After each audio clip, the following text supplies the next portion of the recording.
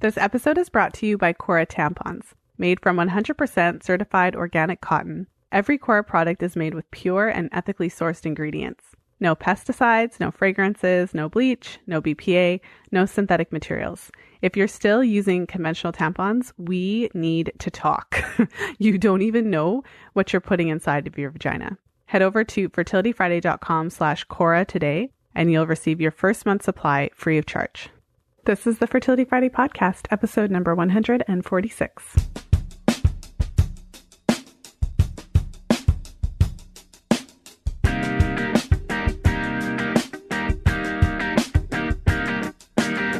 Welcome to the 146th episode of the Fertility Friday podcast. Thank you for joining me today. I'm Lisa from fertilityfriday.com, and this is your source for information about the fertility awareness method and all things fertility.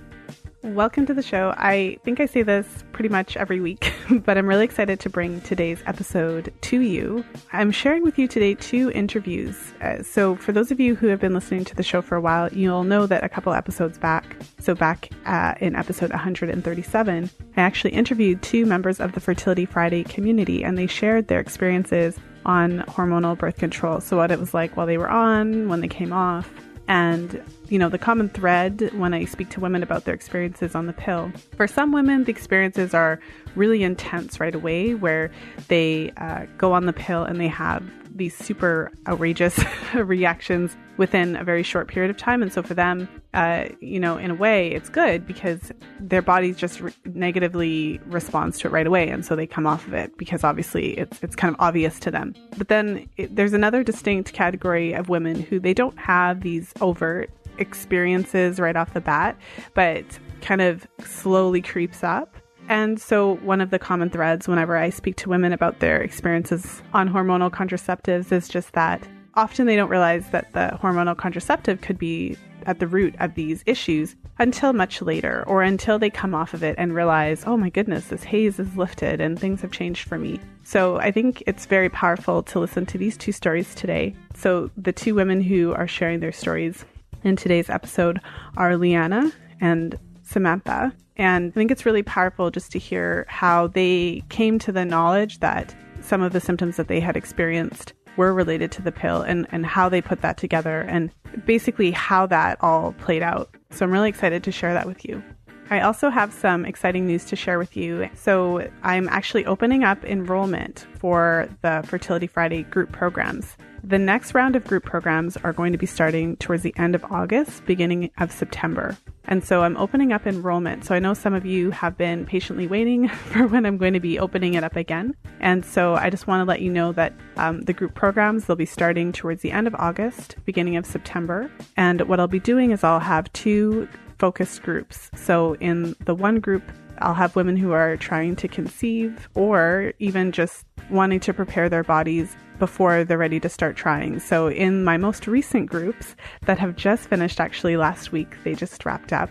It was really great. There was a really nice mix of women in both groups. And so in the conception group, I had a lot of women that were actively trying to conceive. I had several who were actually using the method for birth control, but planning to conceive in a few months. And so some women during the course of the group transitioned. So when they came into the group, they were avoiding. And then, by the time we reached the end of the group program, they actually were starting to try. So it was a really great mix, and everyone really benefits from that because you get to see the range of experience. So if you are in a particular stage of this whole game, then you're focused on what's happening with you. So if you're actively trying to conceive, you're really not paying that much attention to the birth control aspects of the method. You're really trying to time sex, really getting an understanding of your mucus. But then what happens when you're in a group with women at different stages, it exposes you to those other stages that at some point you'll find yourself in as well.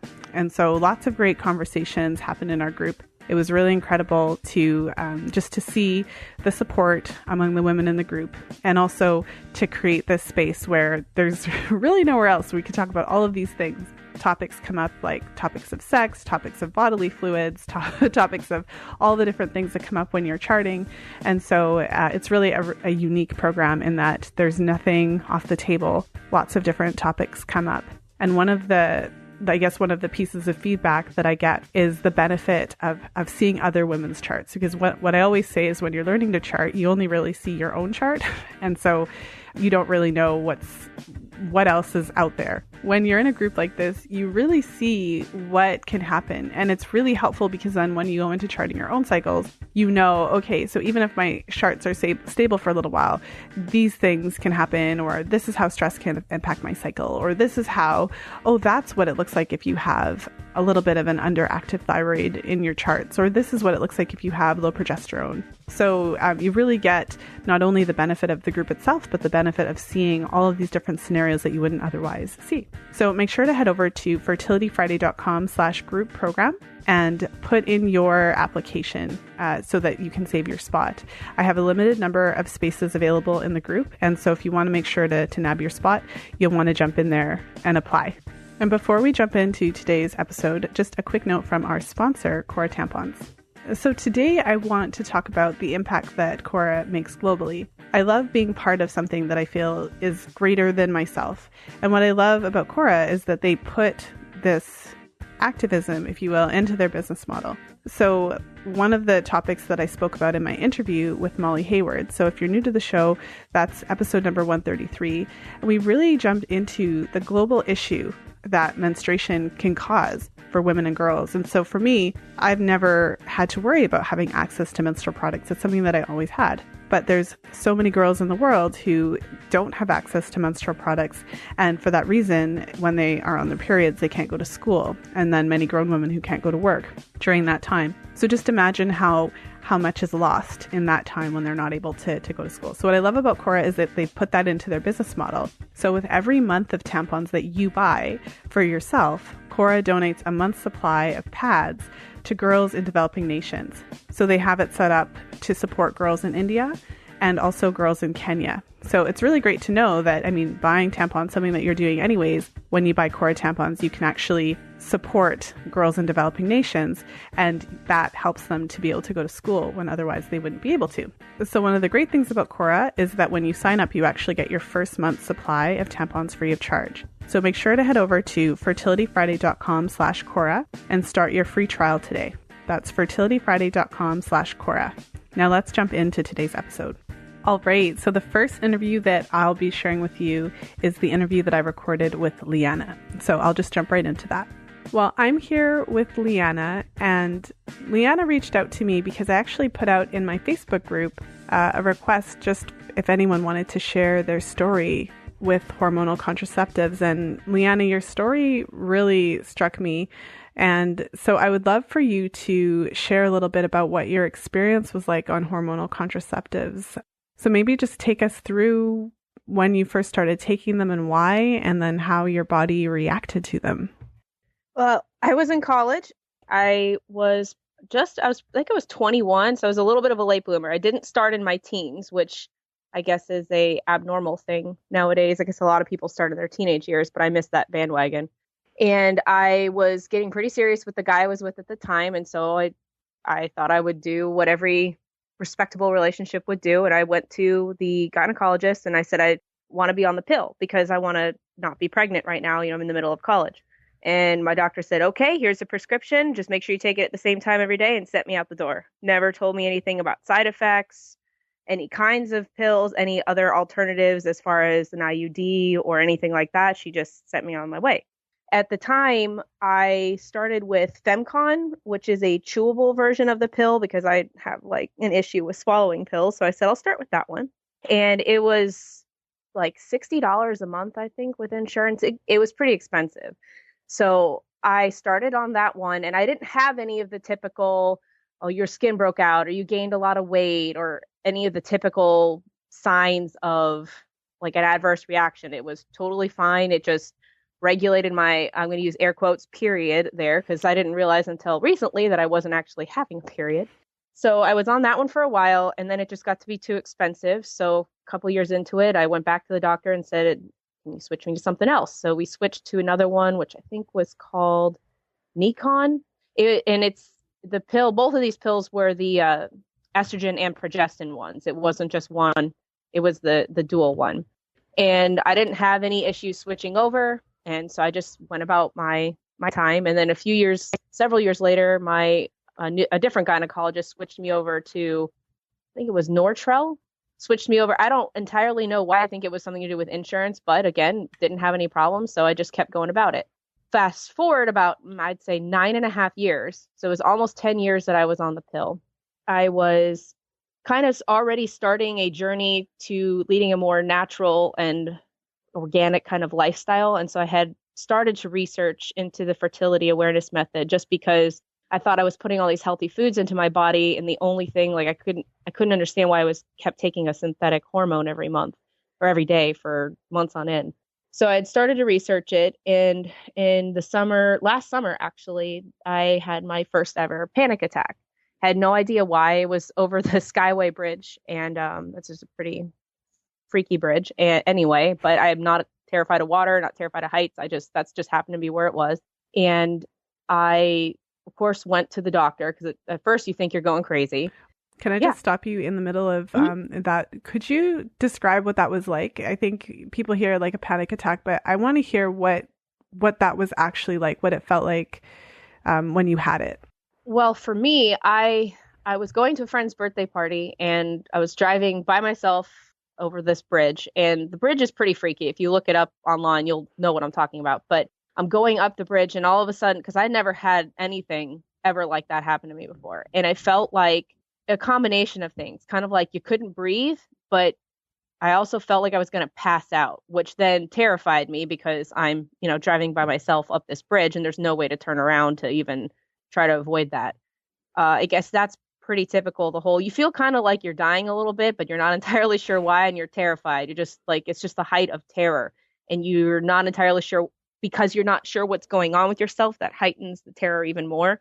I managed to plow through and made it to the other side of the bridge, but I was definitely afraid that I was going to pass out and crash off the bridge and all kinds of stuff like that. It's a little more than that. It's hard to explain to somebody who hasn't really had one. I had one a couple weeks later to where my husband and I were laying in bed. We were just talking, and then all of a sudden I felt my heart was racing. It was speeding up, and I thought I was having a heart attack. There was no pain or anything. It was just my heart was racing. And then of course the terror sets in, the fear, the everything like that. So I have the most wonderful husband ever, and he was calming me down and all of that kind of stuff. And I never even thought it was related to anything. I just thought, of course, I'm dying. I'm having a heart attack. Something's wrong with my heart. Something's wrong with my brain, because I felt like I was going to pass out.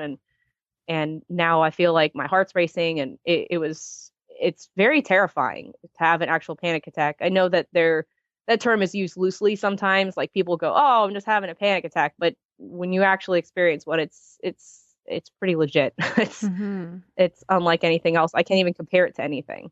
Well, yeah, no, thank you for taking us through, because I wanted, because when a person has an experience like that, even before they might even know what it's called, I feel like it's just so terrifying. So to have someone explain what that felt like, if someone's listening and they've had this same experience, I feel like it really helps just to demystify what it's really like. Yeah. And then I had an added feature of, I just remembered it. It was coming back. It's all coming back to me now. We were driving my car back. I had to drop it off for some work, and then we were driving it back, and my husband was following me back. And I was driving my car, and he was driving his, and I had to pull off. We pulled off the freeway into a rest stop because I felt the same. It was something to do with the driving, because that's where the first panic attack happened, and I was feeling what do they call it? It's a disassociative, where you feel like you're not really here. It's like it's very disorientating, to where you feel like it's really hard to explain. You feel like you're just going through the motions, but you're not really attached to your own body. That's like the best way that I can explain that. And that's when my husband sat next to me, and he looked all the stuff up online. He said, "Honey, I think you've been having panic attacks like this," because I guess that's a really big thing that goes along with them. This just happened over the course of like a couple of weeks. And it's pretty scary to feel like, because you feel like you're displaced from your own body, and that was just going on, and you feel like I can't even, it's hard to even put that into words, but I think it's called disassociative something. Yeah. Oh my gosh, now I can't remember exactly. I know what you're describing though. Yeah. Just almost like you're above yourself, looking at yourself, sort of something like that. Yeah, it's really hard, but once you've experienced it, you're like, yeah. but not at the same time. And once if you've ever experienced it, you'll go, oh, I know exactly what you're talking about. But it's kind of just trying to like explain what water tastes like to somebody. Yeah. Your tastes like water, like it's one of those things. But yeah, and that was another indicator. And it was after that point that I said, well, I need to make an appointment with my general doctor, and we need to run some tests and make sure that there's not something else happening. And of course, never go online and try to research your symptoms because you're just going to be dying at that point. So just go into the doctor. And luckily, I have a wonderful general practitioner doctor who doesn't bat an eye when I go in there and I say, well, I'm using, essential oils, or I'm using a salt inhaler for my allergies, which is exactly what it sounds like. It's a Himalayan pink salt inhaler that helps with respiratory issues. And she doesn't even bat an eye. She's just like, okay, cool, it works for you. So, excuse me, she ran a whole bunch of tests. She tested my vitamin D levels and B12, like tested all the vitamin levels. She did a neurological exam. She did the whole 9 yards, right? Tested for everything. Everything came back fine. Even went in and had an MRI, had another panic attack during that because those are not fun. Mm. And everything came back normal. And I was a little low in my vitamin D. Like I think the minimum of the threshold was a 30, or it was 30, and I was at a 32. So I was really, really low in my vitamin D. Of course, I was still taking the pill because I hadn't really made the connection between the two yet. And this was I think this was in July, right at the end of July, I was having all these tests done. And as a few months had gone by, and this little nugget in the back of my head kept going, hey, look at the pill, look at the pill. But the other part of me was like, well, I've been on it for 9.5 years. There's no way it can be the pill because it would have presented itself a long time ago, right? Well, then I started looking online for people who had taken it long term, and I realized I found so many people that had the exact same story that I did, that they were fine, they had no adverse effects until all of a sudden they had all these anxiety issues, these panic disorders, and then they stopped the pill and they went away. So I remember it was November, it was a Sunday, and I was feeling like because you can kind of feel when you're starting to work yourself up into a panic mode. And I could feel that. So I called my mother because my husband was at work and she's talking to me. And I remember telling her like this innate feeling that it's the pill. I need to not take the pill anymore. Let me stop this. And I was just talking to her about that. And she said, well, you just not take it. Cause I was supposed to take, your next pill in your next pack. So my husband got home. I said, I know we've been talking because luckily I had already been looking into fertility awareness. So I already kind of had, hey, if I'm not doing the pill, I'm going to do this. So I told my husband, I was in tears telling him that I needed to stop this pill because I think this is what's been messing with me. And he said, well, absolutely, you need to stop that right now. Don't take another one. So I'm very fortunate that I have a very wonderful, loving, caring husband who just supports me through everything. And so I hadn't taken a pill since. And I can tell you that the fog has lifted. It's still lifting, but I know exactly it was the pill that was causing me all of that drama, and it just heightened everything. And I didn't realize it because it had slowly been changing me over the course of almost 10 years to where it's just little adaptations to where your body adapts to it. It just, oh, okay, this is the new norm. This is the new norm to where you don't even realize what's going on until life throws a little brick at your face and says, hey, pay attention.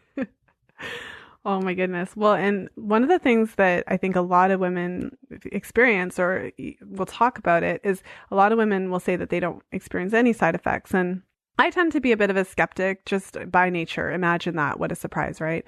But I tend to be a bit of a skeptic because I think to myself, I mean, when I went on the pill, I was 16 and I wouldn't have known. I look back at those years now and I think, I had a bit of an attitude, and I often was really dramatic about things, like super dramatic all the time.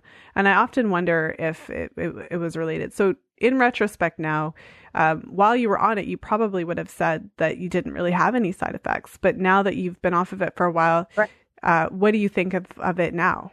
Well, if I had the information I have now, back when I was 21, I would never have touched a pill. I would have just kept I would have kept on with the fertility awareness method. But it definitely, like, I never had any of the physical things, which I guess is the thing that you really kind of, you pay attention to a little more, only because if you gain 20 pounds, you're going to notice that more than if you're sometimes the things going on in your brain don't present themselves as quickly or in ways that are as noticeable. And yeah, I would definitely say it had that. It was just more of a cumulative effect over the years. So I may have not had the physical issues, but it definitely over the course of 10 years, it definitely changed my mindset on things too. And it's to where I'm a pretty strong-willed person, but when you're trying to dig yourself out of this panic attack anxiety mode, it was kind of like, because I was still taking the pill, I would get to a certain point and keep hitting a wall, and I couldn't get past that point. And even though no matter how hard I tried, I couldn't. And so now that I've stopped the pill, that wall is not there anymore. I'm able to just not get over it, because that's not the right term, but I'm able to cope with it and deal with things better, and things aren't as affecting me as much anymore because I have all my faculties. I'm not hitting a wall all the time. Does that make sense? It does. And have you had any panic attacks or any episodes since? Not one. All right. Well, thank you so much, LeAnna, for sharing your story. I know that this is going to be part of a hard-hitting series, and who knows, it might become a regular occurrence, but I am really curious to hear more about real women. You'll probably be interested to know that as I went through the research, I've been diving into the research on the pill and the different effects that it has on hormones, specifically testosterone and those different types of things. What the message that I get when I read the studies is often one that dismisses experiences or minimizes it, or really stresses that the side effects are quite mild for women. And again, I'm a little skeptical of that perspective. So I really appreciate you being here to share your perspective on the show, because I know it's going to help a lot of women. LeAnna's story is such a powerful one. You can see why I wanted to have her on the show, just to share it. It just really, it touched me. I think all of the stories did, but you can see why I wanted to have her on the show to share that. I think it's really important because as women, we're just so much more likely to assume that if we experience panic attacks or anxiety, we're so much more likely to just think it's us and there's just something wrong with us. Not very likely to even make that connection to the pill unless someone has put it on your radar. So if all physicians really went through and shared some of the most common side effects when you were going on it, at least that would give you the ability when you go on it to identify if you started to feel a little bit depressed or anxious or things started happening. Then you would know, my doctor mentioned that this could be an effect of the hormonal birth control. So let me just, go off of it for a month and see if I see an improvement. All right. So the next interview that I want to share with you is my interview with Samantha. So let's hop into that. Well, I'm really excited today to be here with Samantha. Samantha, thank you so much for coming on the show. Thank you. Samantha reached out to me. I had put out a post in my Facebook group just about, hormonal contraceptives and if anyone had had any experiences on them. And so, Samantha, you reached out to me and shared your story. And I asked you to come on the show because it touched me, right? Like I was reading through it and I just couldn't help but thinking that's a lot to have to deal with. Yeah, definitely. So maybe you could just share a little bit about it. I mean, I can go in and, ask a few questions here and there, but maybe just share when you first went on hormonal contraceptives and what your experience was like on them. Sure. Yeah, absolutely. So I first went on the pill when I was about 15, I think it was. And I went on the pill because I was having really painful periods. That's pretty common. Girls will go in and get prescribed the pill because of their painful periods. And I was on until about 19, I think was the first time that I went off. And throughout the time that I was on, I had gone through a lot of personal issues. I was obviously going through puberty.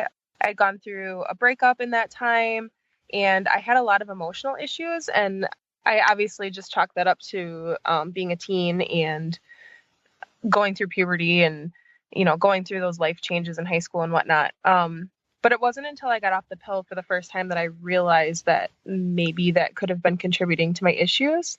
I was going through a lot of anxiety. I had a little bit of depression in my teens. So yeah, it wasn't until I had gone off that I realized that maybe that was contributing to my issues. Mm-hmm. Well, and as I was reading through, it was interesting because it was like I went on the pill and then you switched over to Depot when you entered into a serious relationship. And then when that ended, you kind of just didn't go back for your next shot. Right. Yep. Exactly. And then, so I want to hear about like the golden years, because it sounded as though like it was a really great time. It coincided with when you went off Depo. Yeah, it was an awesome time for me. Like I said, I had gotten out of a serious relationship and I decided just to not go and get my last Depo shot.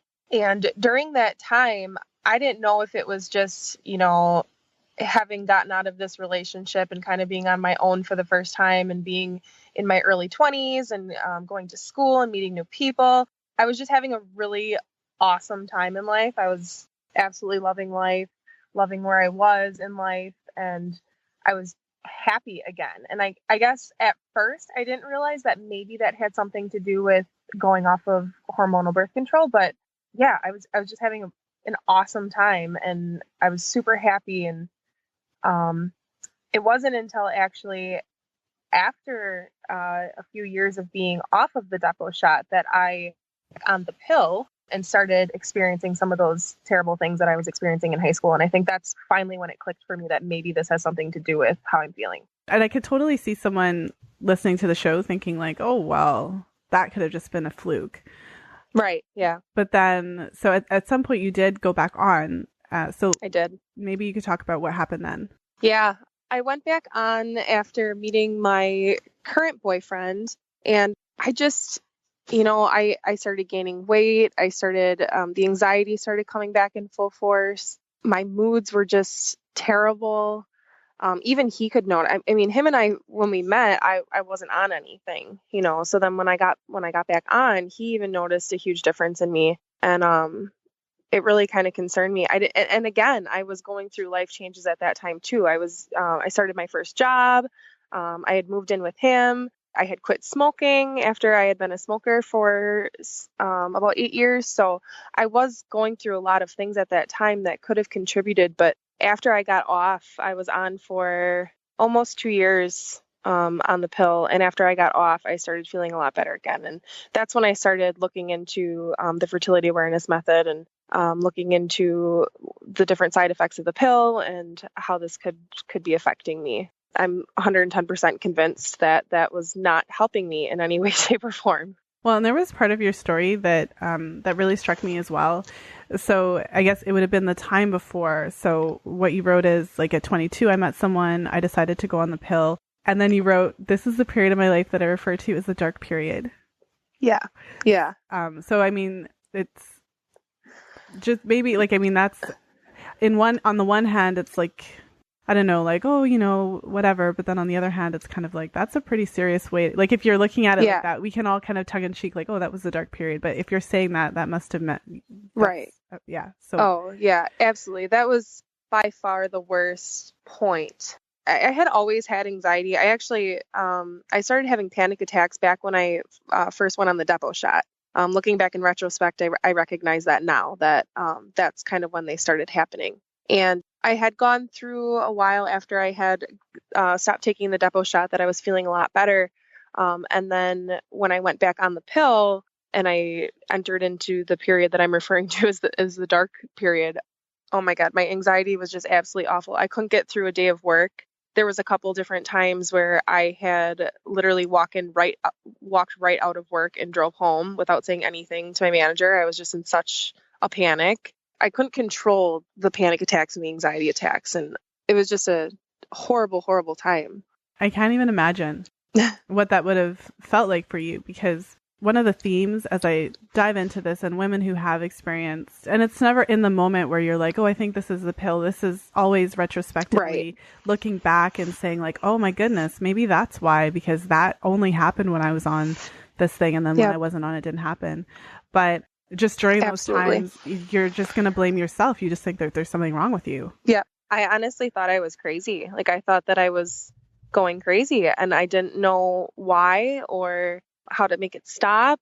The best way that I can put it, and I've explained it to my current boyfriend this way a couple different times, is I felt like I couldn't get away from myself. Like I was trapped within myself and trapped within my thoughts, and I couldn't escape that, which is a really scary feeling. Yeah, it just gave me chills. Well, and what I find interesting, because I'm by nature a skeptic. I mean, big surprise there. Right. Yeah. So when I hear things in general, I typically, my experience has been that there's always more to the story. Yeah. So whenever I hear someone saying, I was totally 100% fine on the pill, I had no side effects, you know, I respect that. So I'm not going to dishonor any woman's experience, but I'll ask some questions. You know, like, so when you came off of it, did you notice anything different? Well, no, not really. But then my libido totally came back, and all of a sudden I didn't feel like I was living in a fog. Right. Yeah. So, You don't realize it when you're in that state, especially like in my experience, I had gone on at the age of 15. It was 14 or 15 that I went on, and I didn't really know anything different than that. So, I mean, it's hard to say, no, I'm not experiencing anything when you don't know what you don't know. well, and I would love for you to share. So you went on the pill then because you had entered into a new relationship. So that was back when you were 22. And then all of these things were happening, and you just, you know, these, and so just to kind of make it like super clear, those things that you were experiencing, had you ever experienced anything like that? Not to that degree, no. And the closest thing that I had to compare to those experiences that I had experienced prior was after I started taking the depot shot. So when I very, very first started on the pill way back when I was 15, I started having anxiety type issues, but I was never having full blown panic, flight or fight attacks. And I had my first one after I had gotten on the depot shot, but they weren't that severe. And it wasn't until I had gotten back on the pill when I was 22 that those really started taking off. And I really started feeling like I was losing touch mentally. I felt like I was going crazy. And I had never, ever experienced anything like that, not to that degree prior to then. Well, and could you take us through your actual experience of a panic attack? Some of the listeners may have never experienced them, and some of the listeners may have. Right. Yeah, absolutely. Well, for me, I know when one is coming on, I start to feel, it's hard to explain. It's a foggy feeling that I feel in my head. And as it progresses, the best way that I know how to explain it is kind of a disconnect between your mind and your body. So you know that you're physically present, but you don't mentally feel present, and you feel mentally out of control. It reminds me of almost like a dreamlike state or being intoxicated. There's some kind of disconnect between your mind and your body. And of course, that is absolutely terrifying to experience. So when that happens, you know, I have the rapid heartbeat, trouble breathing, I start freaking out. It's awful. Mm-hmm. Yeah, no, that just sounds horrible. It sounds terrifying. Like, no way to sugarcoat it. Like, it just sounds horrible. And so then you, at some point, because you went off of it at some point. So what prompted you to go off of it? I started thinking about because by the time I finally went off completely, that was just over a year ago. So I would have been 24 at the time. And basically all of this was coming to a head again. I had gone off the pill after when I went back on when I was 21 or 22. And then I had gone back on when I met my current boyfriend. And before you go into that, I want you to share what happened, because you were dating somebody at 22 and then you went off of it. Yeah. And then what happened? Oh my goodness. Okay. So this person, he was amazing. I met him and I fell absolutely in love with him. He was a great guy, everything that I had been looking for. And I was on the pill while I was with him. And I started going through that dark period in my life and decided that I needed to kind of detox myself from all of the medications that I was taking. So I went off the pill and went off a couple other things that I was on. And during that time, as I was transitioning off the pill, I became increasingly less attracted to him. And I don't really know how to explain it other than he was no longer physically attractive to me. He wasn't, and his personality hadn't changed at all. He was still that great, amazing person. I was no longer attracted to him. He actually had a smell to him that I noticed during this time that I could not stand. And that's it. I basically ended up ending that relationship because it was just, I don't know, that was the most bizarre thing I think that I've ever gone through. Being 110% into somebody to not wanting anything to do with them when they hadn't changed. So. Well, and I just want to take a moment and because there's a lot of stuff going on the internet. You can Google it, and there's a lot of articles that will say, oh, even I wrote a post that was like, and you might not like the way your partner smells anymore. And I often have women in my group programs joke that they were like, I was so worried that I would go off the pill and I wouldn't tell this to my partner anymore because I really love him. And so it's but what I found to be the most interesting, and I'm sure you'll find this interesting too, is that it's not like one study. There are so it's a whole evolutionary biology section of the scientific research. Wow. There are people that are really interested in this for a number of different reasons. So they are not necessarily coming at it from a feminist standpoint. So of course, for me, I would like to ask some questions perhaps that they're not asking. But there's a lot of research. So they look into the genetic similarities between people. And what's interesting is it's not always gendered. So sometimes they'll kind of mix it up and do that t-shirt study where they have people wear a t-shirt for a couple days and then have people select which one that they are gravitated to in terms of smell. And so sometimes they'll mix up the gender, so people can't always tell if it's male or female. So I feel like that's important to point out. But at the same time, so your genetic markers show up in your skin, and so they can test that. There's certain proteins that will. And that's so interesting. Yeah. And so even though we may not be conscious of the smell, pheromones are a real thing, and they do give us some sort of information about genetics. So what they find in this research is that when you're on hormonal contraceptives, you're more likely to choose a partner that is more similar to you genetically. Yeah. And then when you're not, you're more likely to choose genetic diversity. And so then they go even further to do research on the, how likely your children are, to be healthy and all that kind of stuff. And they link that greater genetic diversity to the lesser likelihood of kind of chromosomal abnormalities. So it goes that deep. So it's like, so to pull it back. So interesting. I'm sure someone's listening to this thinking like, whoa, that's mighty controversial territory that we're going into. Oh, yeah.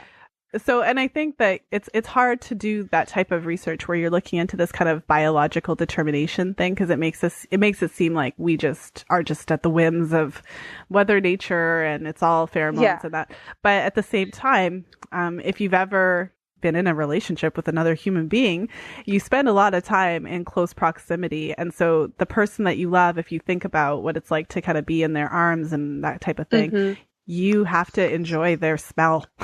To be intimate. Oh my goodness. Yes. So it's a real thing.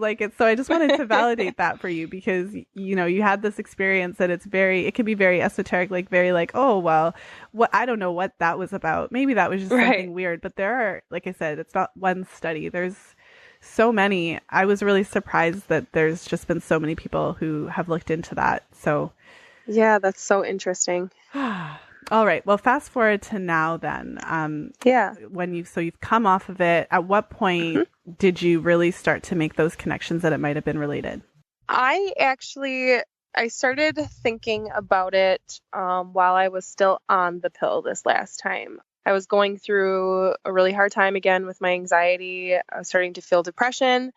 And that's when I started, kind of thinking back retrospectively at all of the different mental health related things that I had been going throughout my life. And I started to think about, what was I doing in those times that I was feeling good, and just trying to come up with something that I can use to help myself get out of this funk. And I really started thinking about the pill, and what if this is the source of a lot of my issues? So while I was still on the pill, I started doing a little bit of research here and there. And I found loads and loads of YouTube videos of women that were in similar situations as myself. And I finally came across some information on the fertility awareness method. And as soon as I found that, I was like, you know what, I am done. I don't need to be on this, so that was the last of it.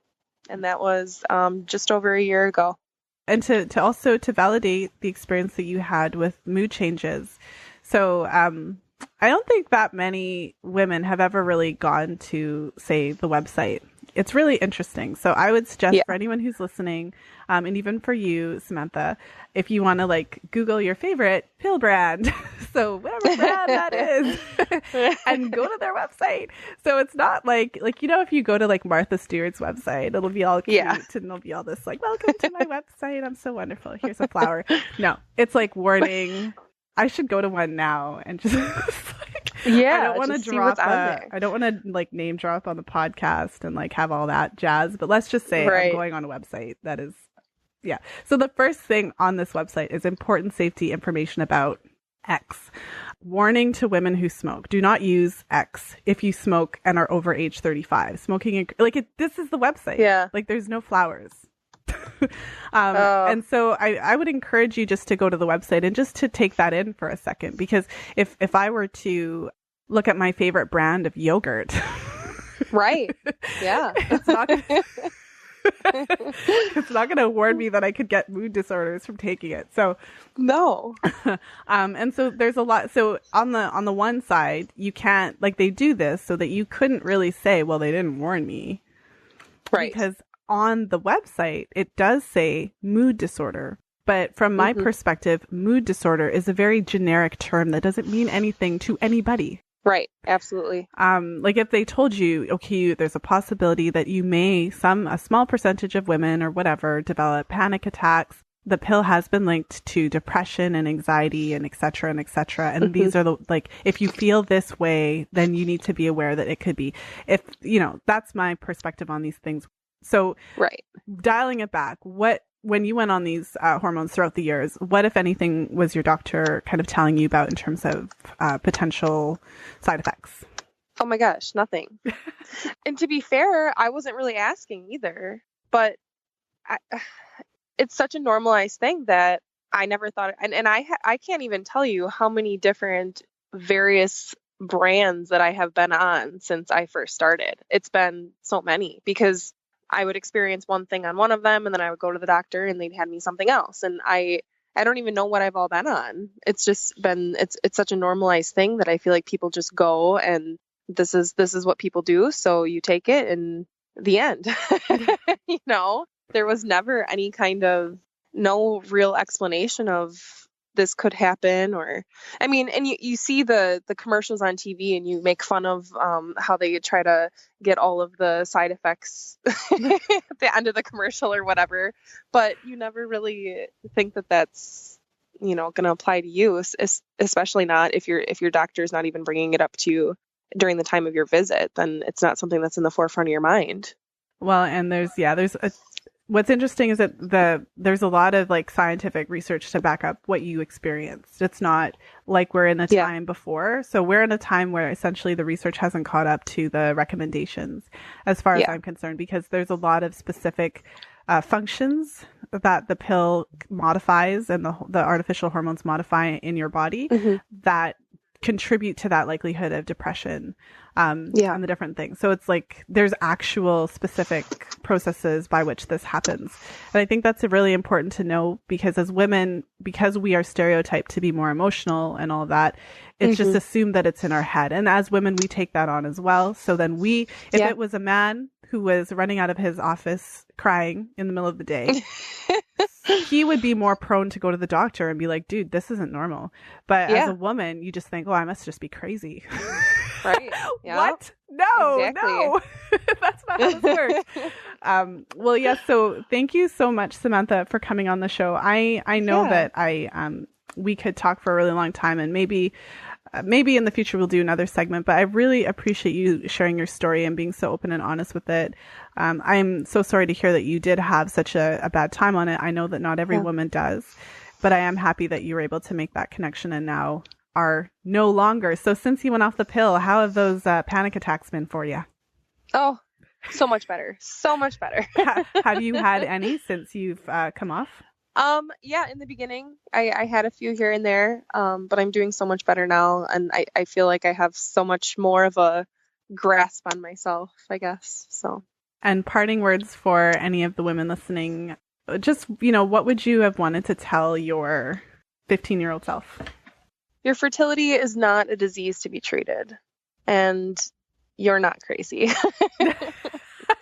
I love that. I think that's a perfect way to end. It's not your fertility is not a disease to be treated, and you are not crazy, FYI. Yep. Well, thank you so much, Samantha. Thank you, Lisa. Similarly to LeAnna's story, I'm sure you can see why I wanted to have Samantha on the show to share her story. Because again, this is a situation where just so much more likely to attribute it to ourselves and to really think that there's something wrong with us. I think it's really helpful and important to know how integral our menstrual cycle is to our overall health and how shutting it off, altering it, has these profound impacts.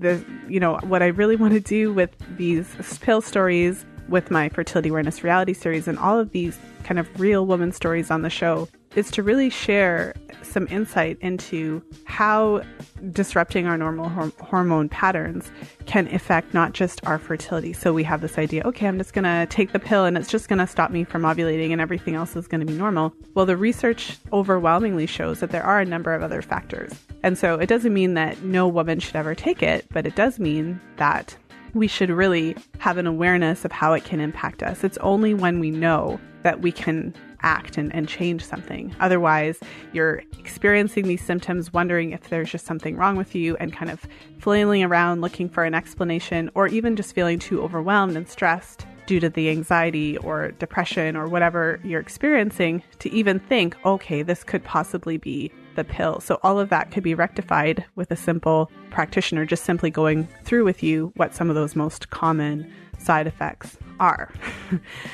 So I hope that you enjoyed those two interviews. I just want to thank both Samantha and LeAnna for having just the courage and the drive to share their stories in such a public forum. All of the women who I interviewed for this segment, they all had that same drive to really share, if my story can help or touch even one woman, then this is a reason for me to come on the show and share it. So I just want to thank both LeAnna and Samantha for sharing their stories. And of course, I want to thank you for listening to the show today. If you did enjoy today's episode and you know a friend or a family member or someone in your life who could benefit from hearing these stories, or if you yourself or somebody who has experienced some of those similar symptoms and had never made that connection that it could be related to the hormonal birth control use, then I would definitely invite you to share this episode with them. And so you can just share the link, fertilityfriday.com/146, or you can even go into your iTunes app and just hit the share button, and it allows you to text or WhatsApp or email the episode to whoever you want. So as I mentioned, I did record a prior episode similarly sharing real pill stories, and that was episode number 137. So I will link that in the show notes page so you don't have to worry about remembering all of that. But you can head over to the show notes page for this episode, fertilityfriday.com/146, and you'll see the link in there to the previous episode that I released with similar real woman stories of what the experience is on hormonal contraceptives as well as coming off. And so just a reminder that registration for the next round of group programs is now open. So you are welcome to jump in and apply. So you can head over to fertilityfriday.com/group program. And you can, go through, take a look at the information on the page. And at the bottom, you'll see an apply now button. And so that's how you make sure that you get on the list so that there's a spot reserved for you. So I'm really excited to jump into the next round of group programs in a couple of months. And so I just want to thank you again for hanging out with me today. I do appreciate all of you for taking the time to tune into the podcast to let me be part of your day. If you would like to chat more about this episode and the other interesting and exciting topics that we are always talking about in the Fertility Friday community, make sure to head over to fertilityfriday.com/community and join us in there. So thanks again. And as always, until next time, be well and happy charting.